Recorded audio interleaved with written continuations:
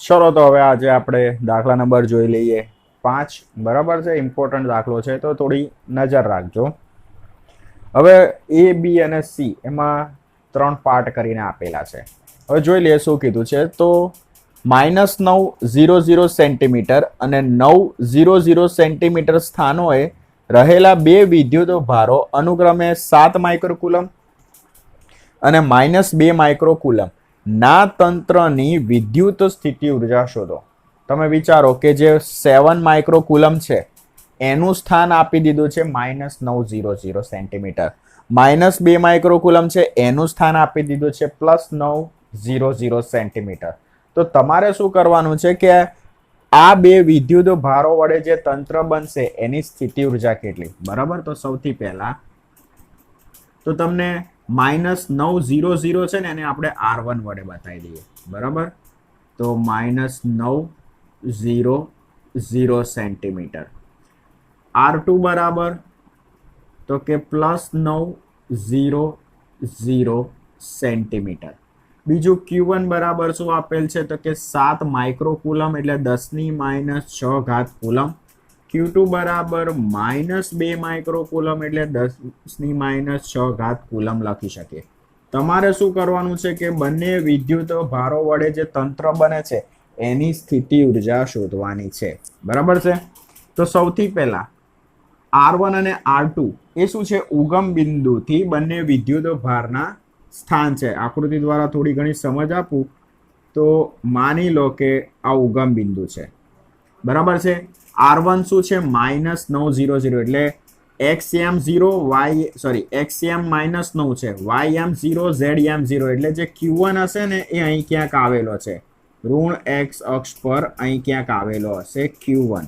બરાબર, -900. એવી રીતે સ્થાન સદિશ R2 +900 એટલે કે ધન x અક્ષ પર આવેલો હશે, તો અહીંયા માની લઈએ કે Q2 છે. બરાબર છે, તો બંને વીજભાર વચ્ચેનું અંતર કેટલું, તો મારે અહીંયા શોધવું હોય બંને વિદ્યુતભાર વચ્ચેનું અંતર તો R2 - R1 કરવું પડે. બરાબર છે, તો એના ઉપરથી આપણે R શોધીશું. બરાબર છે, જો એમાં ના ખબર પડે તો બીજું એક એક્ઝામ્પલ સમજાવું. માની લો કે અહીંયા Q1 છે અને અહીંયા Q2 છે. હવે ઉગમ બિંદુથી Q1 નો સ્થાન સદિશ R1, ઉગમ બિંદુથી Q2 નો સ્થાન સદિશ R2. મારે આ Q1 અને Q2 વચ્ચેનું અંતર શોધવું છે તો હું શું કરીશ, R12 કરીશ. બરાબર છે, તો અહીંયા પણ એવું જ છે, Q1 અને Q2 વચ્ચેનું તમારે અંતર શોધવાનું છે. તો જોઈએ, તો સૌથી પહેલા બેઝિક ઇક્વેશન લખીએ કે બે વિદ્યુત ભારોના તંત્રની સ્થિતિ ઉર્જા. તો બેઝિક ઇક્વેશન છે U = K Q1 Q2 / R. ચલો K ની વેલ્યુ આપણને ખબર, Q1 Q2 ખબર, R નથી. તો પરંતુ સ્થાન સદિશ સ્થાન સદિશ R = R1 - R2 કરીએ. તમે R2 - R1 પણ કરી શકો, જરૂર નહીં કે R1 - R2, તમે R2 - R1 પણ કરી શકો.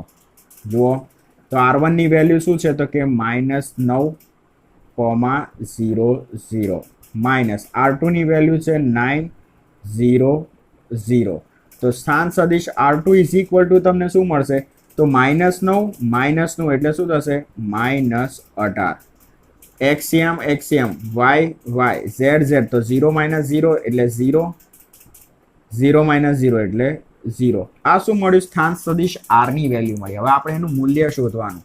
તો મોડ ઓફ સદિશ R = વર્ગમૂળની અંદર -18 નો વર્ગ વત્તા 0 નો વર્ગ વત્તા 0 નો વર્ગ એટલે આપણને કેટલા મળશે, વર્ગમૂળની અંદર માઇનસ છે અહીંયા -18 અને એનો સ્ક્વેર છે એટલે માઇનસનું શું થઈ જાય, પ્લસ થઈ જાય, એટલે 18 નો વર્ગ હું આ રીતે લખી શકું, વર્ગ અને એનું વર્ગમૂળ.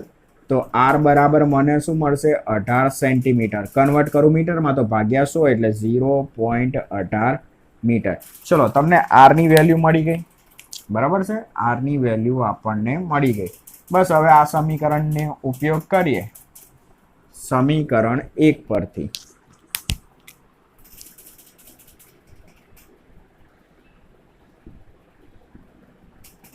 તો u is equal two k ની વેલ્યુ 9 ગુણ્યા 10 ની 9 ઘાત.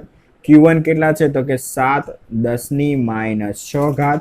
q2 કેટલા છે -2 10 ની માઇનસ 6 ઘાત.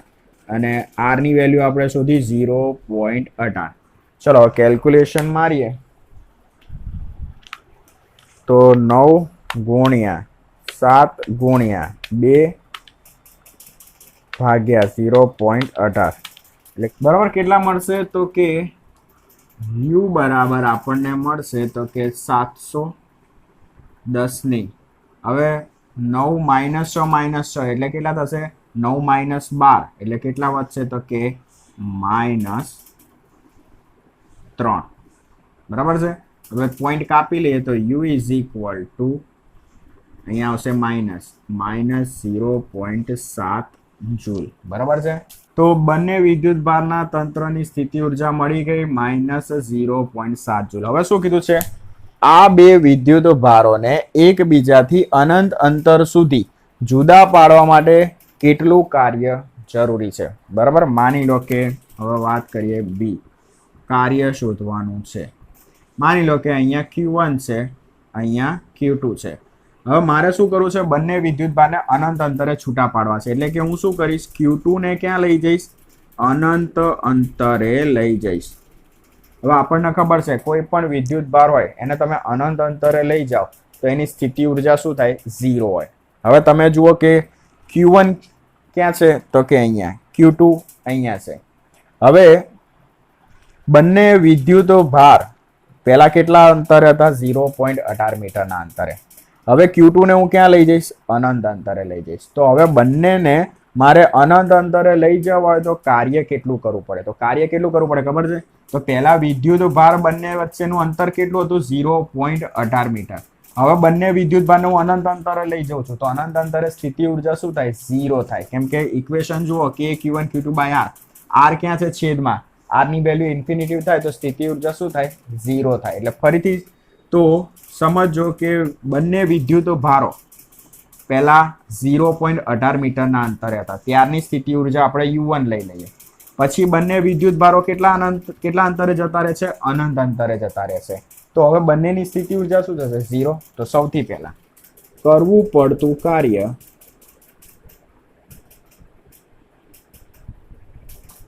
બરાબર સ્થિતિ ઉર્જામાં થતો ફેરફાર.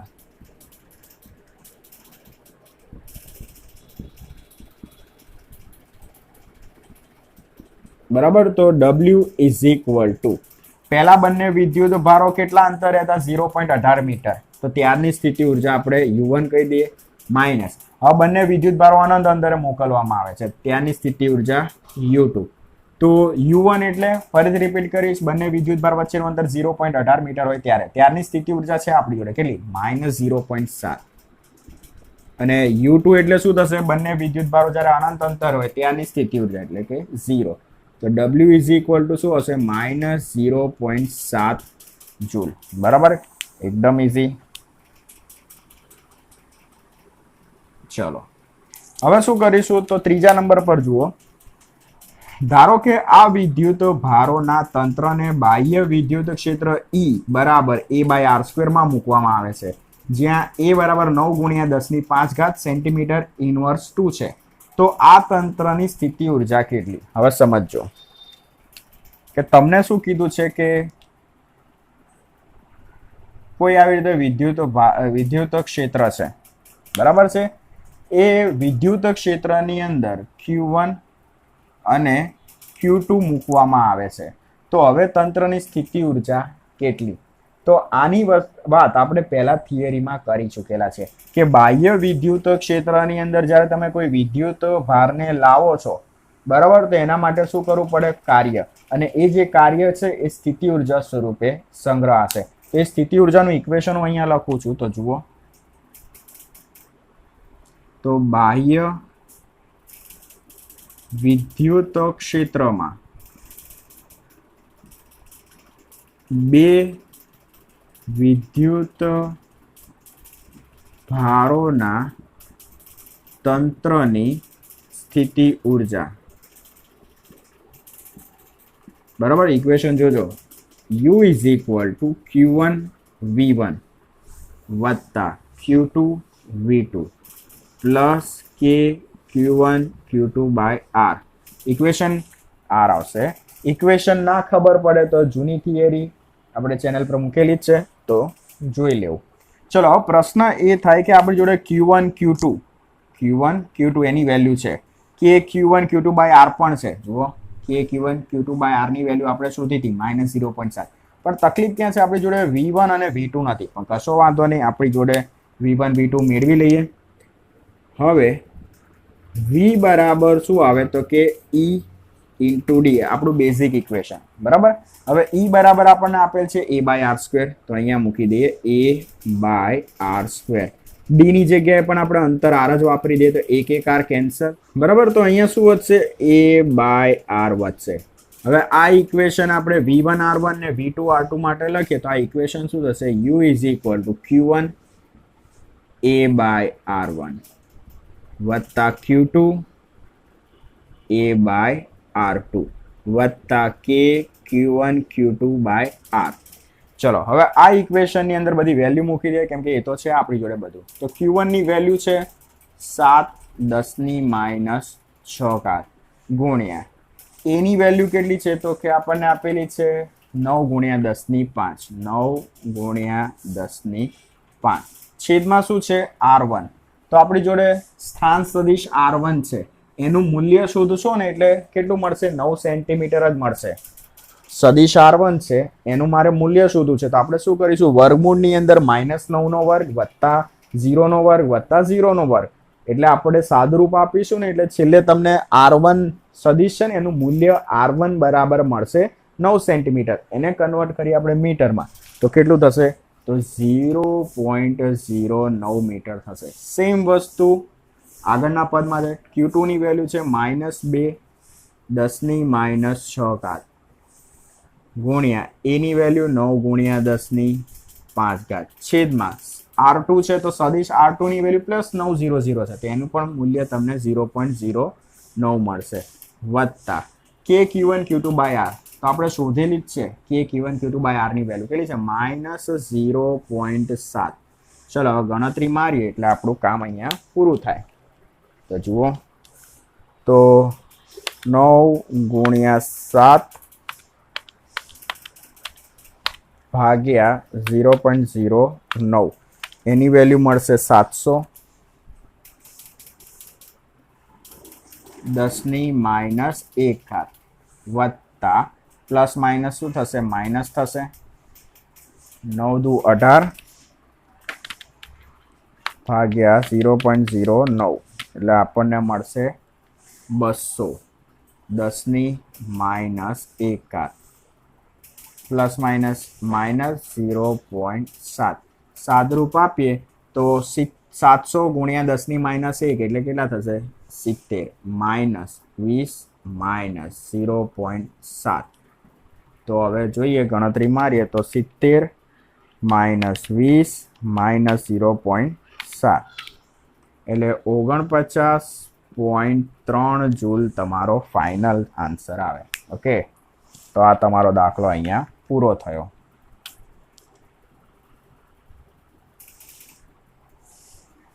જોઈએ હવે આગળનો દાખલો.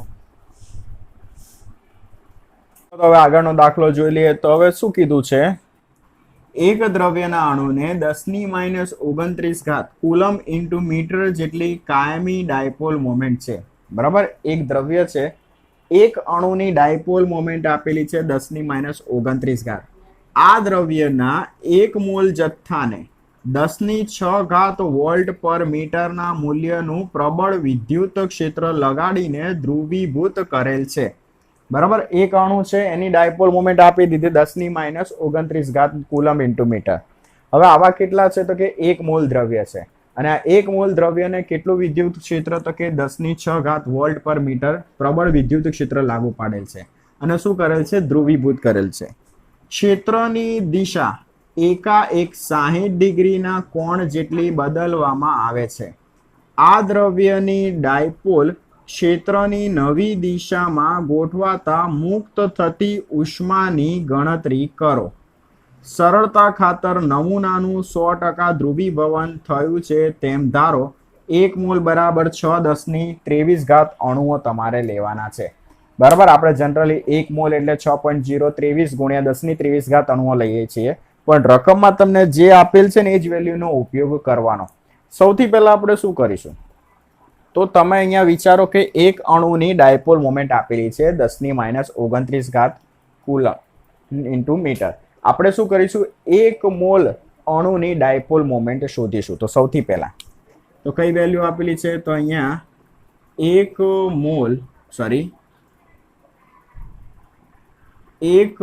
અણુની ડાયપોલ મોમેન્ટ કેટલી છે, તો કે 10⁻29 કુલમ ઇન્ટુ મીટર. આપણી જોડે કેટલો અણુ છે, તો કે 1 મોલ અણુ છે. જથ્થો કેટલો છે, 1 મોલ છે.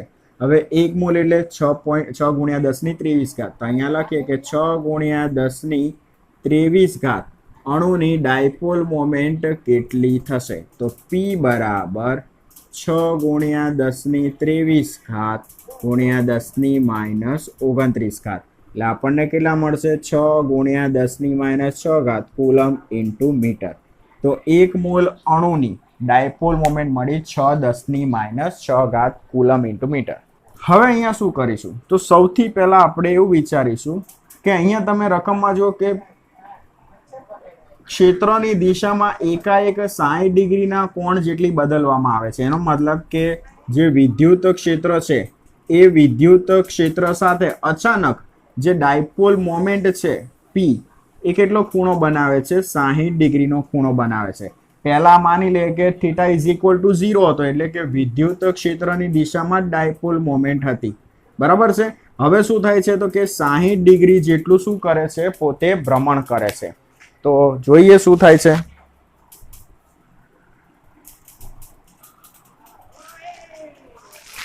તો સૌથી પહેલા શું કરીશું કે જ્યારે થીટા = 0 હોય ત્યારે આપણે અણુની સ્થિતિ ઉર્જા શોધીશું. તો જ્યારે થીટા = 0 હોય ત્યારે સ્થિતિ ઉર્જા, તો આપણે એને દર્શાવીશું UI વડે. ઇક્વેશન યાદ હોવું જોઈએ, -PE cos થીટા. હવે થીટા બરાબર 0 મૂકી દે તો UI -PE cos 0. cos 0 ની વેલ્યુ તો 1 થવાની, -P ની વેલ્યુ છે 6 10⁻6. E ની વેલ્યુ તમને આપેલી છે રકમમાં 10⁻6. તો તમને UI બરાબર મળશે -6 જૂલ. બરાબર. તો પ્રારંભની સ્થિતિ ઉર્જા કેટલી મળી, -6 જૂલ, કે જ્યારે વિદ્યુત ક્ષેત્ર અને ડાયપોલ મોમેન્ટ વચ્ચેનો ખૂણો 0 હોય ત્યારે. હવે કેટલું ભ્રમણ કરે છે, તો કે 60 ડિગ્રીનું ભ્રમણ કરે છે. તો હવે જ્યારે થીટા = 0 હોય, થીટા = 60 ડિગ્રી હોય ત્યારે અંતિમ સ્થિતિ ઉર્જા એટલે UF -PE cos થીટા. થીટાની જગ્યાએ 60 ડિગ્રી લખી નાખીએ. P ની વેલ્યુ છે આપણી જોડે કેટલી છે, તો કે 6 10⁻6. વિદ્યુત ક્ષેત્ર છે 10⁻6. cos 60 ની વેલ્યુ આવે 1/2. તો 10⁻6 પ્લસ કેન્સલ, ગણતરી મારો તો -3 જૂલ મળશે અંતિમ સ્થિતિ ઉર્જા. બરાબર છે. અંતિમ સ્થિતિ ઉર્જા કેટલી મળી, -3 જૂલ. હવે શું કરવાનું છે, તો પ્રશ્ન શું કરે છે જોઈએ, તો ડાયપોલ ક્ષેત્રની નવી દિશામાં ગોઠવાતા મુક્ત થતી ઉષ્માની ગણતરી કરો. એટલે અહીંયા જે ડાયપોલ છે પહેલા વિદ્યુત ક્ષેત્ર સાથે 0 ખૂણો બનાવતું હતું, હવે 60 ડિગ્રીનો ખૂણો બનાવે છે. એટલે મુક્ત થતી જે ઉષ્મા હશે ને સ્થિતિ ઉર્જાના ફેરફાર બરાબર હશે. એટલે અહીંયા લખીશું કે અહીં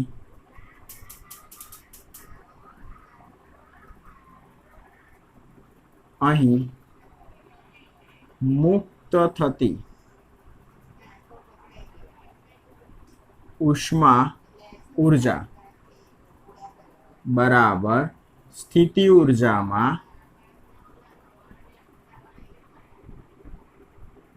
થતો ફેરફાર.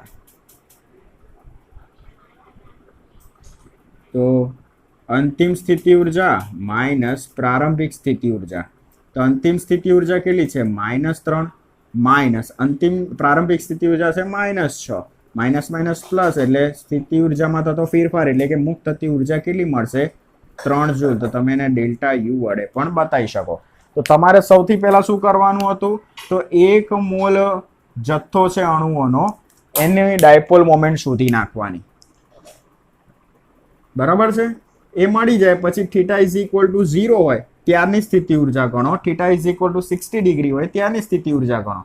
પછી જે સ્થિતિ ઉર્જાનો ફેરફાર હશે એ મુક્ત થતી ઉર્જાના બરાબર હશે. ઓકે,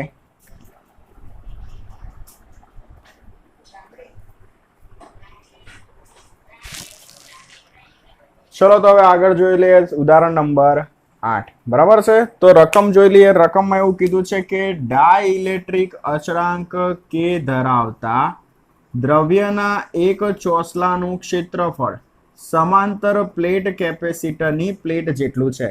અહીંયા શું છે?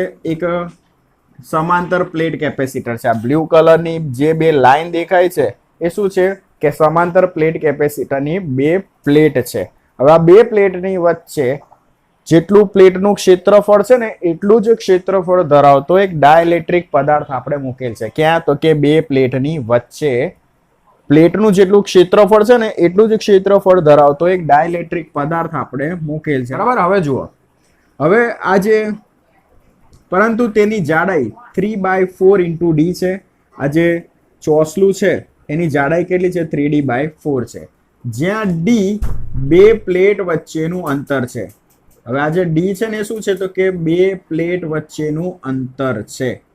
જ્યારે આ ચોસલાને પ્લેટો વચ્ચે દાખલ કરવામાં આવે ત્યારે કેપેસિટન્સ કેવો ફેરફાર થાય છે? બરાબર? હવે જુઓ, ફરીથી હું રિપીટ કરીશ કે આ બે પ્લેટ છે. બ્લુ કલરની જે લાઈન છે કેપેસિટરની બે પ્લેટ છે. બે પ્લેટ વચ્ચેનું અંતર કેટલું છે? ડી છે.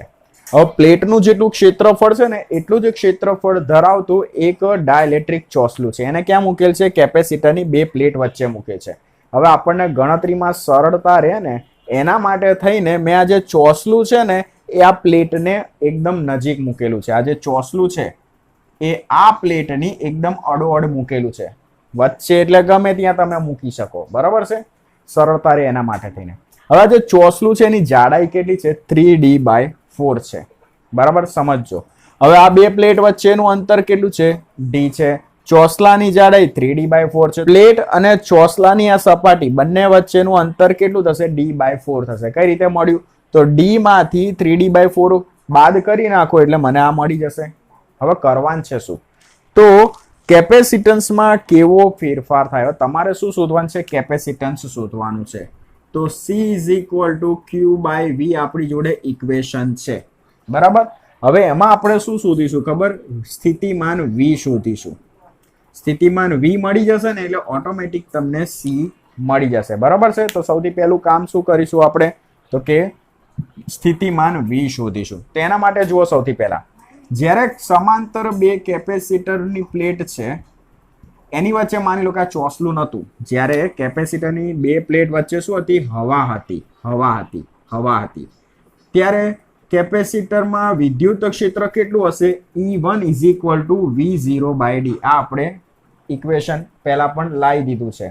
તો સમાંતર પ્લેટ કેપેસિટરમાં શૂન્ય અવકાશ હોય ત્યારે વિદ્યુત ક્ષેત્ર E1 = V0/D.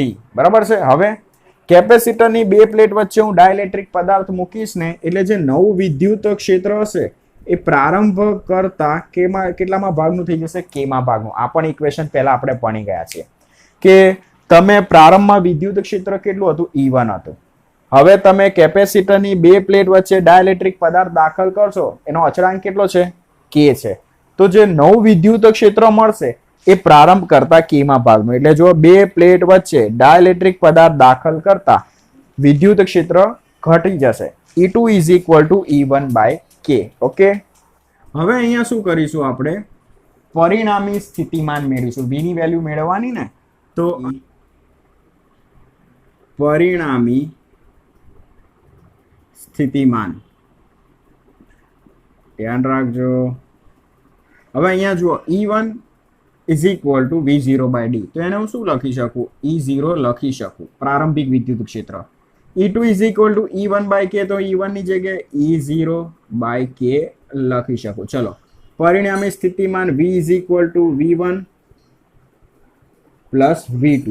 હવે V1 એટલે હું શું લખીશ? E1 D1 વત્તા E2 D2. હવે E1 એટલે હું શું લખી શકું? E0 લખી શકું. D1 એટલે શું થશે? તો આ પ્લેટ અને આ સપાટી વચ્ચેનું અંતર કેટલું છે? D/4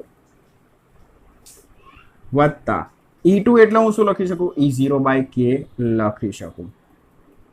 અને D2 એટલે ચોસલાની જાડાઈ એટલે કેટલું થશે? 3D/4.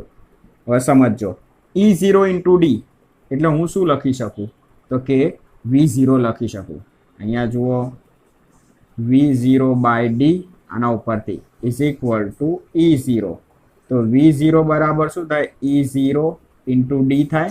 તો અહીંયા હું શું લખી શકું? V0 લખી શકું. તો V બરાબર V0/4 E0 ઇન્ટુ D બરાબર છે, એટલે હું શું લખી શકું? 3/4 V0/K લખી શકું. ચલો, કોમન શું નીકળશે? તો V0/4 કોમન કાઢીએ, તો V0/4 કોમન કાઢ્યા, અહીંયા વધશે 1 પ્લસ 3/K વધશે. કોના બરાબર? V બરાબર. ઓકે, ચલો હવે આને કહી દઈએ સમીકરણ નંબર 1.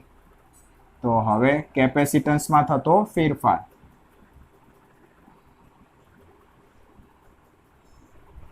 તો capacitance C is equal two Q/V બરાબર.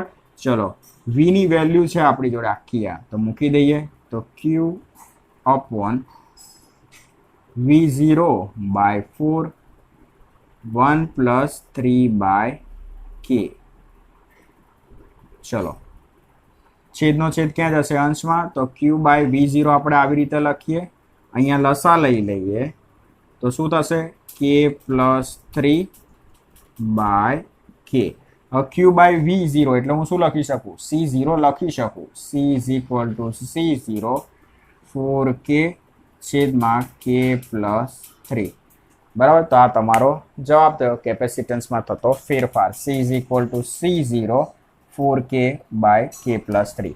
તો શરૂઆતમાં જ્યારે કેપેસિટરની બે પ્લેટ વચ્ચે જ્યારે હવા હોય ત્યારે વિદ્યુત ક્ષેત્ર E1 બરાબર V0/D, એને હું E0 વડે બતાવી શકું. બરાબર છે.